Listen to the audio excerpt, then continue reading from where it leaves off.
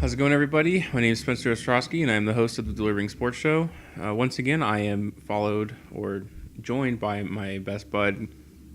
I'm back in these beach. It's Kevin Kelly at Kevin OMO _ on Twitter. Perfect. And you can also find me at Delivering Sports on Twitter as well for any questions you guys have for that. Try to be more active. I like to do a lot of polls because, again, this channel is all about interactivities. You guys saw my WNBA video. Get that engagement up. Exactly. Which is a platform, which is nice about this platform because I have less followers, obviously. So I have more time to reach out to people individually versus someone who gets like hundreds of thousands of views. So, which is nice. Let's talk ping pong balls. Yeah. So, the NBA draft lottery had the highest rated in 16 years, obviously because everyone was waiting to see who would win the Zion Williamson shakeup, and it was a shakeup, quite intense. The New Orleans Pelicans, like we all expected. If you looked at David Griffin's track record, he has won more draft lotteries than he's lost. So We should have known, actually. yes, it seems a little suspicious because David Griffin takes on this new franchise, and the Pelicans were looking to lose their best player, the smallest market team in the league, and now they get to the next biggest one. Like when you look at the whole situation in scope, it does smell fishy. But I'm sure, I'm almost positive it's purely coincidental. But when you look at this situation where the Pelicans have been embattled with this really messy, dramatic trade saga for Anthony Davis, and both the Pelicans and the Grizzlies, the two, I think, least valuable, money-wise, least valuable franchises in the NBA, being placed ahead of the two most valuable franchises in the NBA. It's kind of poetic in a sense. I'm going to say, honestly, I believe that the NBA draft lottery is rigged. But with that being said, I also don't care that it is because That's fine. The NBA, first and foremost, is a business, so the ultimate goal of any business is to make money. So if they really are doing this to send two guys into small market teams, especially the Pelicans, because at least the Grizzlies had Jaren Jackson, which is somewhat marketable. Once you trade Anthony Davis away for whoever, it would have been really bad. So We talked about this in the last video too. Zion shifts the paradigm of the entire situation with Anthony Davis and his trade, because now the Pelicans, in a spot where they previously had no leverage, have pretty much they have what we call fuck you money, in a sense that if you don't give us precisely what we want, we can just walk away from this because we have Zion Williamson now. right, and the thing is, people were assuming that whoever Zion Williamson was going to, that team would try to trade for Anthony Davis, and now that he's going to the Pelicans, it's the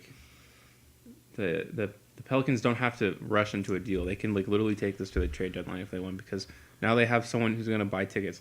Their season tickets went up like crazy. So, but the Pelicans were not the only ones who could be considered winners at the lottery. Like we said previously, the Grizzlies moved up to the number 2 spot in an improbable win for them, and the Lakers as well, after winning 37 games, will pick in the top 5. Right, and for the Grizzlies, it was especially a big deal. They were either marked to be in the A spot, which is not very good in this draft. Personally, I don't believe it's very. I think anything outside of 3 in this draft is not very good. At the very least, it's a crapshoot. I don't see any All-Stars. It's easy to say that now. I mean, I'm sure in 4 years when DeAndre Hunter's we're going to be on Old Takes Exposed in about 5 years. Right. It'll be fine. I would say no matter if they're good or not, as it stands right now, this draft is not good, and this has happened before. Really top heavy. The Anthony Bennett draft, everyone thought was bad, and it probably was so. There was only 2 good players from that draft. It was Giannis and I think it was Oladipo in that draft. CJ McCollum or something. It really, in any case, there'll probably be one hidden gem who ends up just being really good. Who knows? But right now, as it stands, talent-wise, it is the top 3. It's a 3-horse race. And even those guys are pretty tiered differently. Zion's above the all. Mm-hmm. People say Ja is that next level, and then it's RJ. So the Grizzlies essentially were... This is the best case scenario, almost, outside of getting Zion. Outside of losing their pick as well.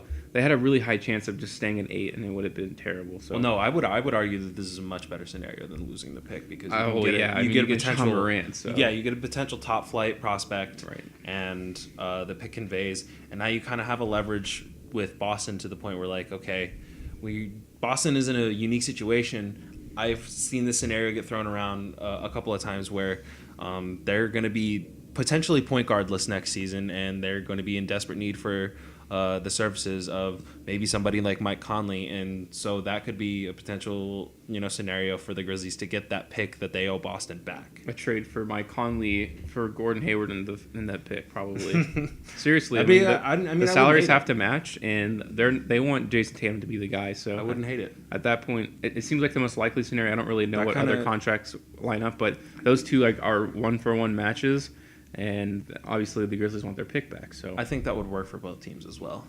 Celtics are already going to move on from Gordon Hayward at the end of the day. So I mean, yeah, at that point his contract is approaching albatross like qualities. It's not. I'll never say it's like as bad as like John Wall's contract or something like that. But when he has this whole, obviously this very very awful injury that kind of like it shakes you up. Regardless, seeing your leg get fucked up like that it's nothing to be like. You can't just shake that off, and you can't just go back to playing at a really high level like he was. And it's just it's an unfortunate situation. But at the same time, he had this whole season. They tried to prime him for, to the point where he's ready to perform at that level in the playoffs, and he simply did not do it. There were flashes, but it was never there on a consistent level. So I think the Gordon Hayward experiment in Boston should be coming to an end soon. And really, I think the thing with Gordon Hayward is I think the court is like a psychological like barrier just to him. Like he may have gotten over the injury, but I feel like for some reason being on that court where he did like really mess up his leg, I think it has something in. So if he goes to a different scenery, who knows? Maybe it could be an improvement. He's got a backup career as a Twitch streamer. It's okay. So back to the lottery. Obviously, you can't really talk about the events of the lottery without talking about the Knicks because we are perpetually in the lottery and trapped in this eternal hellscape and filled with misery and doom and fire and sadness. And I don't think this was another like example of that because I think the third pick is actually really good for the Knicks in this situation. Obviously, you want Zion. You didn't get Zion. The lottery rules suck. Plain and simple. It's like I'm not the hugest fan of the lottery rules, and obviously coming from me, who is a Knicks fan, that sounds like sour grapes. I don't think it punishes tanking teams. The Pelicans, in a sense, could be viewed as having tanked through the entire portion of the season where they knew Anthony Davis wasn't going to be there for them. The Lakers essentially tanked for most of the year when after LeBron got hurt. The Grizzlies, I wouldn't say they tanked, but I would say like the Grizzlies, I think they got rewarded because they did what they could with what they had, and they did what's best for their team ultimately. I think the Knicks kind of got punished unfairly. They're being roped in with the teams that did get punished. Actually, I'm fucking like going in circles here. I think the Knicks are just bad. I don't think they were tanking. At the end of the day, I think the draft, like Adam Silver did what he set out to with the NBA draft. I guess so. The worst teams did not get the top picks. So the teams that are blatantly tanking, the Chicagos, the Phoenixes, the Cleveland Cavaliers, those guys all got fucked in this lottery, and I think that's what Adam Silver set out to do, and that's what happened. So. It brought great pleasure to my heart because those teams were blatantly tanking. The Knicks were just bad, and I think them getting third for their troubles, I think as the way the math worked out, I was preparing for fifth. Getting third and getting a guy as good as RJ Barrett, as good as he projects to be, I think I can still live with that. I'm actually really happy with it. If we weren't going to get fifth, I would like anything above fifth would have been cool with me. So I've pretty much made peace with whatever happens. I made peace with potentially keeping RJ Barrett, pairing him with whoever the Knicks can manage to sign in free agency. I'm also at peace with potentially packaging him in a trade for Anthony Davis. It's a really good consolation prize above everything else. At the end of the day, the Knicks were looking to get. I don't think the Knicks were, unless they got Zion, were interested in really drafting anyone in this draft. To be honest, I think that the fact that they got the third pick means that they got the third best asset in the draft behind picks 1 and 2. Really, usually it's not really like that. Like for most drafts that are even quo, like 4 to 6 is about what this is about the value of the same pick. So. But in this draft, it's a lot different. Like the Lakers, even the difference between the Lakers and the Knicks pick is really, really big. And the Lakers were lucky to get 4, but at the same time, the skill level between the drop off in value, is bigger than it has been in a really, really long time. So I do find interesting. I guess in this draft, it kind of goes, it shifts down like 6 to 9 or 5 to 9 can be viewed as like the same kind of asset versus like 3 to 6 as it usually is. So Yeah, because a guy who's projected to go 5 on some mocks can be as low as 9 on others. exactly. So, And especially like a guy like Cameron Reddish, I think there are some people who thinks he can go as high as 4, and then other people think he might not even go. He might slip out of the top 10. right, and obviously the Lakers are still really happy with where they're at because they're just looking to get the most value out of their trade assets, and having outside of winning the draft lottery, that was the best scenario for him. So. That's literally how Pelinka. That's literally how he kind of addressed the situation. He's like, we were really lucky to get this pick. It's going to be a really valuable asset. I don't think they have any intentions of holding on to that pick and drafting a player with it, or if they do draft a player, I think they're gonna draft him in the interests of trying to trade him for Anthony Davis. And appropriately so, because drafting a young player like whoever it is, it could be Cam Reddish, it could be DeAndre Hunter, it could be Garland. They're not going to advance the Lakers franchise to where they want to be right now. Another young player is not what they need right now. They need a star player, and it's a two-man race for Anthony Davis. It's the Knicks and the Lakers, who like ironically have back-to-back picks in this draft, and they're both trying to make a trade package.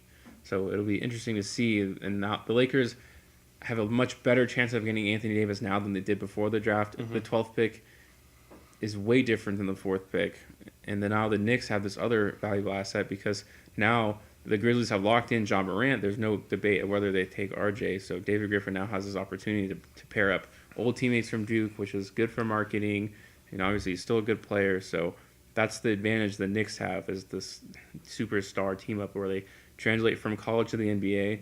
I don't know if that's what his goal is, or if he like wants to stay away from this Duke image and just kind of run the mill, like take Kyle Kuzma, or if he's going to try to be like, okay, this is a good marketing idea. I believe it's good that these teammates stay together. It'll be interesting to see that dynamic that David Griffin takes forth.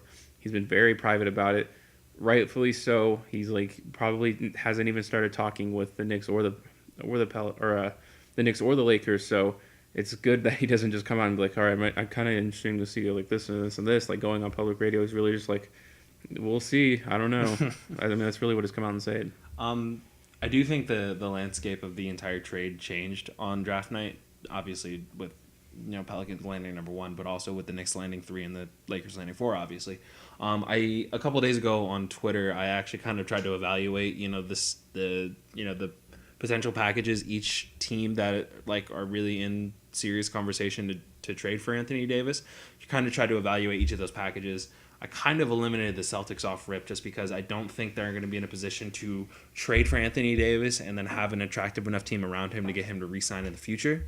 Just because I believe Kyrie Irving's gone regardless of where he goes. He's not coming back to Boston. We talked about that in the last video.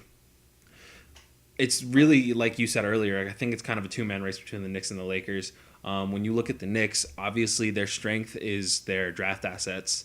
They got the number 3 overall pick this year, and what we've talked about is a three-man draft. It's incredibly top-heavy.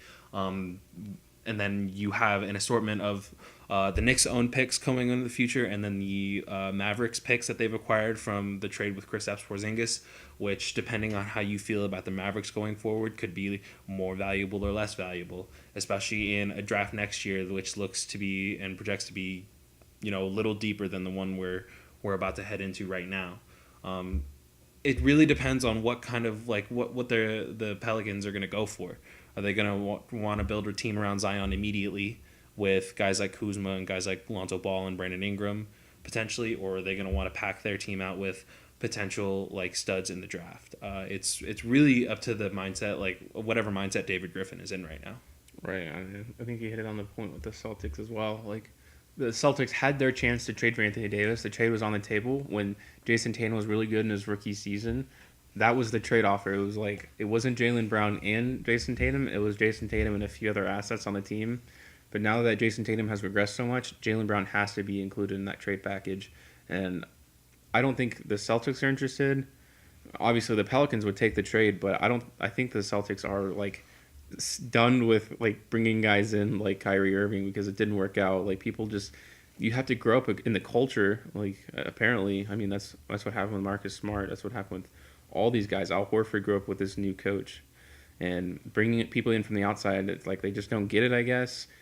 I'm not here to put the blame all on Kyrie. Like he just didn't like the didn't fit. situation in Boston. So I think now Boston's really weary of doing this, and they're like, okay, we like our trade assets. We're ready to give Jason Tatum the keys to the franchise right now. So again, Lakers and Knicks, and that's it. We'll see what Griffin values and how willing he is to negotiate with the Lakers after the disaster that happened last season. Other than that, like, there's not really much to say outside of this lottery. Like, it's literally just it's really just a crapshoot outside of the top three. And you have, let's see, let me pull up the order here.